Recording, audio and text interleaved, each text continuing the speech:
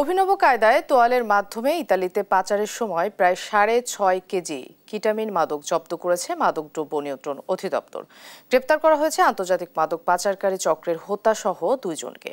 দুপুরে মাদকদ্রব্য নিয়ন্ত্রণ অধিদপ্তরের প্রধান কার্যালয়ের সংবাদ সম্মেলনে তথ্য জানান মহাপরিচালক হাসান মারুফ। জানান, গোপন সংবাদের ভিত্তিতে ফেডেক্স কুরিয়ারের সহায়তায় টঙ্গী থেকে একটি পার্সেল জব্দ করে মাদক কর্মকর্তারা। তিনি জানান, পার্সেলটি ভেতরে পাওয়া 60টি তোয়ালে পরীক্ষা করে ভয়াবহ মাদক কিটামিনের উপস্থিতি পাওয়া যায়। পরে পার্সেলের ঠিকানায় রেইড দিয়ে গ্রেপ্তার করে চক্রের 2 সদস্যকে। তাওয়ালে দ্রবীভূত অবস্থায় 6.44 কেজি ক শ্রেণীর ভয়াবহ মাদক কিটামিনের উপস্থিতি পাওয়া যায়। মোহাম্মদ মাসুদুর রহমান জিলানি, বয়স 28 বছর আনুমানিক, তাকে গ্রেপ্তার করা হয়।